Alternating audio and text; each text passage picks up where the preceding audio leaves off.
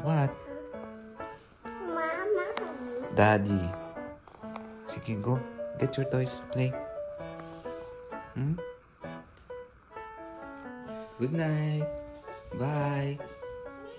Night. Bye. Bye.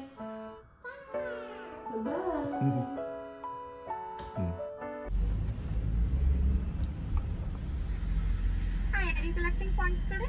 No, thank you. What can I get for you? Can I get one small small coffee, triple? Small triple, okay? Can you put this one shot espresso? That's it. Fast finger, please. Thank you. Okay. Ayan, welcome back po sa ating channel, no. Sa mga nandito sa loob ng Canada or sa ibang countries, magandang araw po sa ating lahat. Yun, August 30 dito sa British Columbia.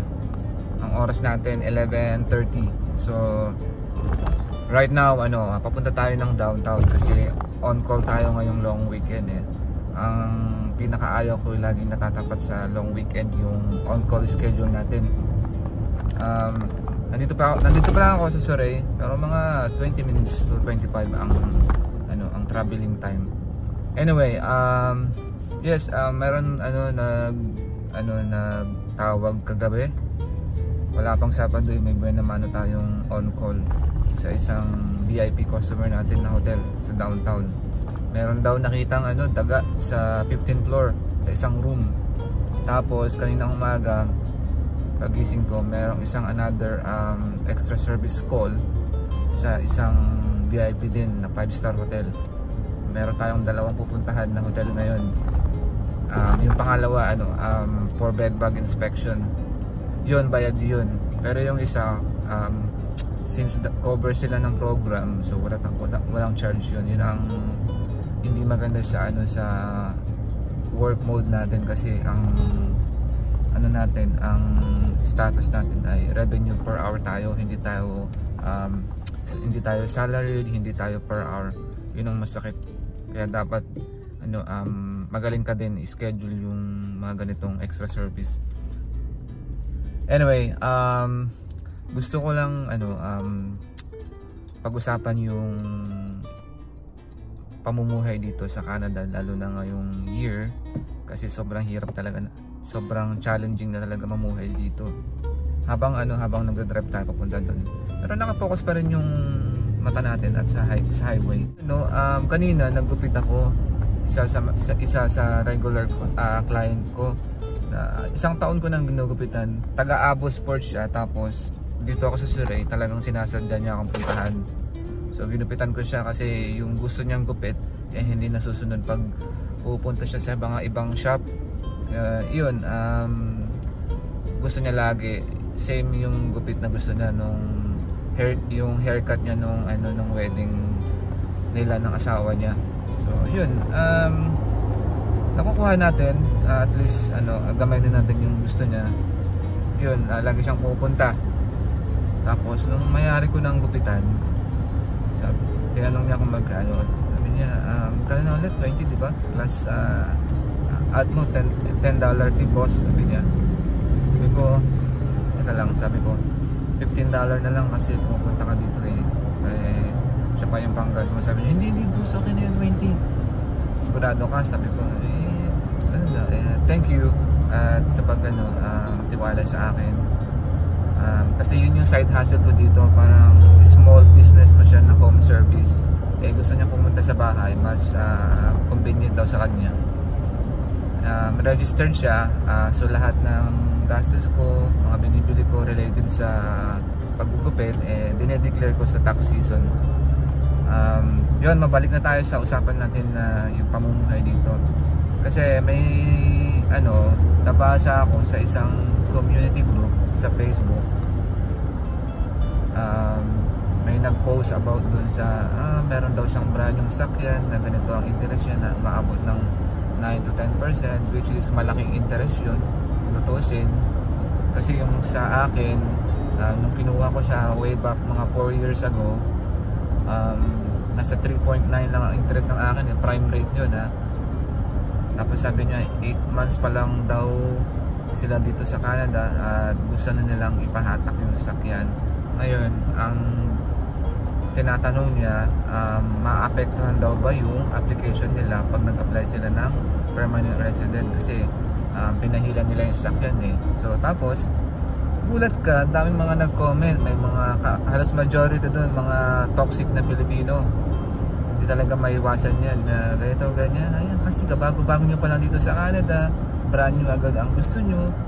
Yung iba kasi mga showy kahit na temporary pa lang dito at student permit, ganyan. Hindi nila alam na yung minimum wage dito eh talagang mahihirapan ka sa ganyang mga kalakaran na brand new kukunin mo. Consider mo pa yung insurance dito. Dito sa BC ang mahal ng insurance. Hindi pa kasama yung mga maintenance niyan, ha? And although yung sa akin nung brand new yung kinuha ko, talagang prepared ko ang brand new noon. Tapos nung time ko noon, naka work permit ako noon kasi talagang malakas ang loob ko kasi nag-work ako sa isang, alam mo yun, corporate na restaurant na kada matatapos yung work permit ko, eh, renew na ng renew. Eh, unlike ngayon, talagang pahirapan pa ngayon, hindi mo sigurado na marirenew ka. Yun yung tinatanong nila na bakit paapektuhan daw pa. So may nag-comment din doon na hindi daw maapektuhan yan kasi walang pakialam ang immigration dyan sa credit history mo. Ang apektado dyan yung in the future, yung pagkuha mo ng bahay, ganun, yun ang mahihit. Pero sa immigration wala. Ayan, binasa-basa ko yung mga comment doon, talagang mas lamang yung mga toxic comment. Sa halip magbigay ng advice, eh, kinukutsa pa. Kaya payo sa mga mga papunta dito, nagbabalak na hindi madali ang buhay dito. Kaya dapat practical lang. Kung gusto mong magkasasakyan dito, magtiyaga ka lang muna sa second hand at naman, basta mahalaga ay makapunta ka sa point A to point B. Yun ang mahalaga. Mga puti nga eh, mga lumang sasakyan pero ang bahay magaganda. Ganun ang dito, ang style dito. Yun. Kayo ba nung yung mga nandito sa Canada na panahon ng mga temporary pa lang kayo tapos citizen na kayo dito, yung pinagdaanan nyo ba, kayo ba nun kumuha ba kayo ng brand new car nun or stay kayo sa second hand lang muna? Kasi kanya-kanya naman tayo ng ng gusto eh. Basta ang mahalaga eh hindi maapektuhan yung pamumuhay mo. Kaya dapat talaga i-check mo mabuti yung finances mo. Kaya ba ganyan? Siguro yung nag-post na yun talagang hirap na talaga makaahon sa expenses nila. Lalo na kung nagre-rent ka dito. Tapos ikaw lang yung nag-work sa pamilya mo. Yun ang masakit. Well, anyway, kahit ganyan pa man, tuloy ang buhay dito sa Canada. Maraming nagsasabi na uwi na lang kayo ng Pilipinas. But ibang buhay sa Pinas, lalo na ngayon sa social media, lumalabas yung baho ng mga politician, di ba? Yung mga corruption, grabe. Mantakin mo, billion sa isang taon, sa araw-araw, milyon ang nakukurakot nila. Tapos, dati, nilalagay nila yung mga pera sa vault lang. Ngayon, sa isang buong room na, bumibili sila ng condominium na 3 bedroom, yung isang room ginagawa nilang safe vault. Grabe talaga, talamak. Tapos sa media meron na rin ganyan, pinapatos mga naglalantaran na kaya kahit na ganitong buhay dito sa Canada, iba pa rin talaga ang buhay dito. Marami talagang pinipiling mag-stay dito. Kahit na doon tayo galing sa Pinas, mahal pa rin natin ang bansang Pilipinas. Pupunta man doon, siguro uuwi-uwi, ganyan, bakasyon, ganun.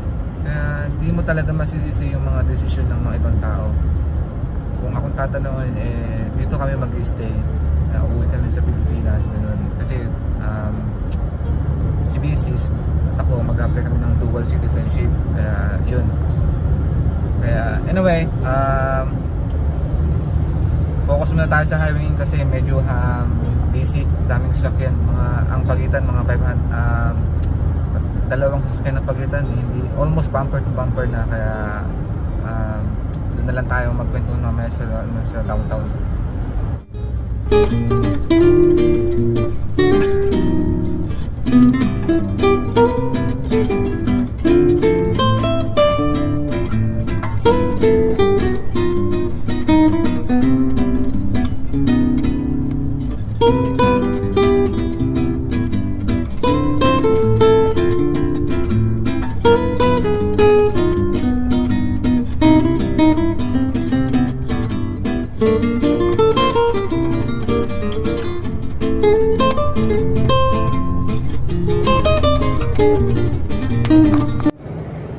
Ayan, nandito na tayo sa loading bay ng hotel.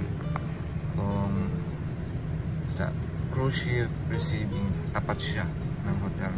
Tapos andyan yung yung mga barko dito pumaparada, yung mga pupunta ng Vancouver. Laki niyan. Okay, nandito tayo sa 15th floor, 1510 room. Ito yung sinasabi nilang may daga daw. Kung nakikita nyo, medyo maliit lang yung room, pero kung makikita nyo yung view, ito yung gusto ko kapag may service sa hotel. Yung kita mo yung view.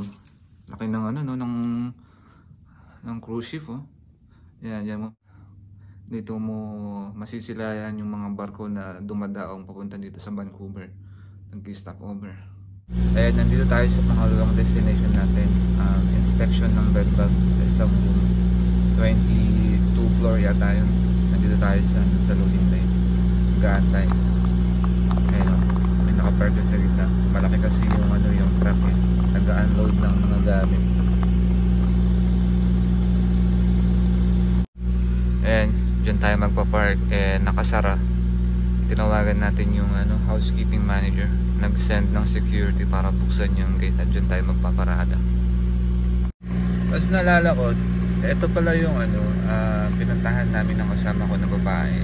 Mas trapping kami dito. Buong palibot niya nito hanggang doon sa likod nito. Tapos dyan sa loob. Sa 2 oras, naka 30 plus kaming Norway rats. Tapos yan, naglagay kami ng snap trap dyan. Tapos pagka mga ilang minutes, may naririnig kaming nagkiklik kung sa may nahuli yung traps. Lalaki na, nahuli namin dyan. Ayan, bumalik na tayo sa sasakyan natin. Hindi na tayo nakakuha ng video kasi kasama ko yung manager. May harap na, baka may masabi. So yung condition ng room, solid naman lahat, malinis, bago yung bed frame at mattress. Sadyang naidala lang ng guest yung bed bag nung nag-check-in sila ng madaling araw at nakita nila yon ng after an hour. Isa, parang kakakagat lang eh. Nilipat nila yung guest sa ibang room. So yun, bali negative at na rin, save na rin yung araw natin para hindi na tayo mag-treatment kung positive yun. Nandito ako sa sakyan, nag-aantay ng security para i-open yung gate kasi na-stuck ako dito eh. Well anyway, yun lang yung araw natin ngayon at wala nang nag-extra service. Halos magpo 4 o'clock na rin. Kung may tumawag man ulit at mag-request ng service, tawagan natin at try natin kung pwedeng puntahan sila ng Monday. Pag hindi, bukas lalabas na naman tayo. So yun, hanggang dyan na lang muna tong video na to at kita na lang tayo sa susunod na upload ko. Paalam!